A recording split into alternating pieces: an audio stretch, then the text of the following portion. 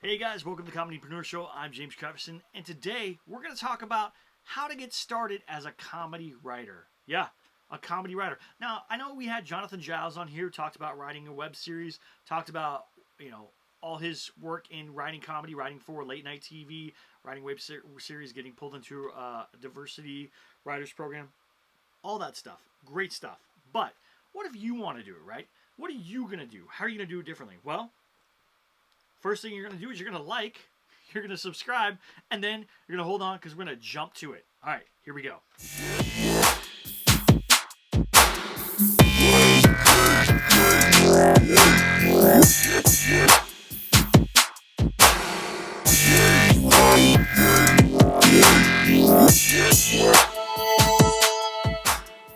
All right, guys, I'm back. This is James with the ComedyPreneur Show. If you didn't know that already, why are you watching this? No, I'm just kidding. Please keep watching. Keep watching. Okay, but today we're going to talk about being a comedy writer. Now, I don't know how many of you know this, and I'm going to be honest and upfront with you guys here. I write most comedy. That's what I do. Most of my living is made off of comedy writing. It's not made off of stand-up. It's not made off of podcasting. It's not made off of these videos. It's not even made off of my blog, right? Most of my money is off of writing comedy for other people, right? I've written jokes for headlining comedians. I've written web series, TV shows, commercials, gift, birthday cards, all kinds of stuff. Oh, I wrote a dog bowl things and like dog items that people put on their dogs, slogans for t-shirts, all kinds of stuff. Comedy writing is huge. The biggest thing I'm getting into lately is writing copy edit. So comedic copy edit for people's websites. That's a new thing. I've never done it before, so I'm getting used to it. I'm writing some courses for people and adding comedy to that. So if you want to do the same, how do you do it? Hey, good question. So here we go. I'm going to tell you how I got started in it. So I always wanted to write for TV. I always wanted to write for film. I didn't know very much about writing those things. So the first thing I did was I read a book called Save the Cat. It taught me how to write a screenplay. Now that's not where comedy comes in, but that's where my screenplay and my beginning writing came in. The next book that I read, which is there's actually two books written by the same guy, Scott Dickers. He started The Onion. If you don't know what The Onion is, it's a satirical news site. He started it. He has two books called How to Write Funny. Legitimately, two of the best books on comedy writing ever. Hands down, bar none. Buy those two books.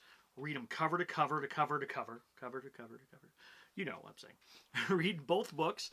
And then there's little ideas in there and stuff. Sit down and write. Figure out what kind of comedy you like to do, because he talks about different kinds of comedy and how to write those different things. He also has a cool podcast on how to write comedy or how to write funny. The next thing I would do is if you're in school, say you're a high school student or a college student or whatever, don't give up. Get your degree, because a degree helps, right? Having 3 degrees, that's not a humble brag.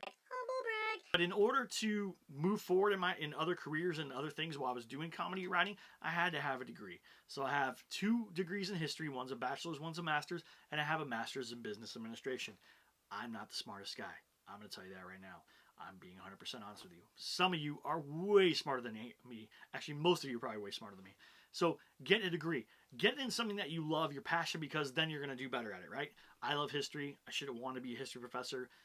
Instead, I'm a comedy writer, so I guess not everything works out. I have written history books for people and stuff and worked in that, so that's where I got started writing. That wasn't comedy writing in there. Secondly, build a portfolio. So after you read Scott Dickers' book, after you do things like that, write stuff. Start writing stuff. Yes, you're not getting paid for it.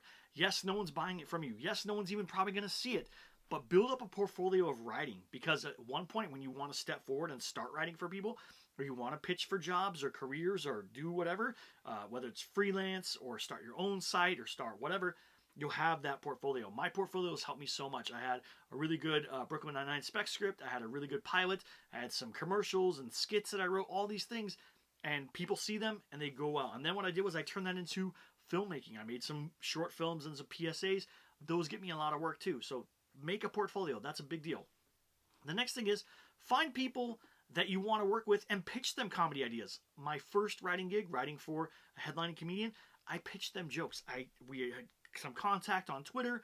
I wrote them a message, said, "Hey, I love your stuff. I've been a fan of yours for forever.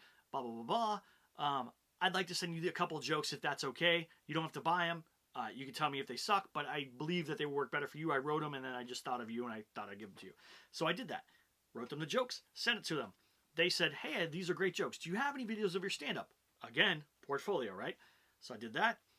They watched my videos. They came back and said, hey, I want some more jokes that are my style, but this way, like a clean set or whatever it was. I think it was a clean set. So I sat down. I watched probably 3 hours of their stand-up, and I literally wrote jokes every week, and I'd email them, 5, 10 jokes a week. And I did this for, I want to say about half a year, something like that, 9 months, whatever. And then they sent me a nice big fat check, and it was really cool. So that was my experience, and that was getting into what I was doing, because honestly, it was so unique that it was even possible. And so that's how I gained experience. That's how I got better, and that's how I pitched my ideas. Now, you're going to gain experience in different ways. Try it out. Go out there and do it. A couple free times is okay. I would say 3. Max 3 free gigs, then no more, right? Once somebody pays you once, no more free gigs. Never again in your life. Do not do it. I don't care if they say, it's going to be good exposure. No, it's not. I already got paid. I'm getting paid. If you want my work, you know it's good, obviously, because you want me to work for you, then you need to pay me, right? I think Jesse James had like the tattoo on his hand and was like, you pay me, right? That kind of thing. If you get paid for it, once you get paid, never do it for free again. So I hope that helps. Get experience.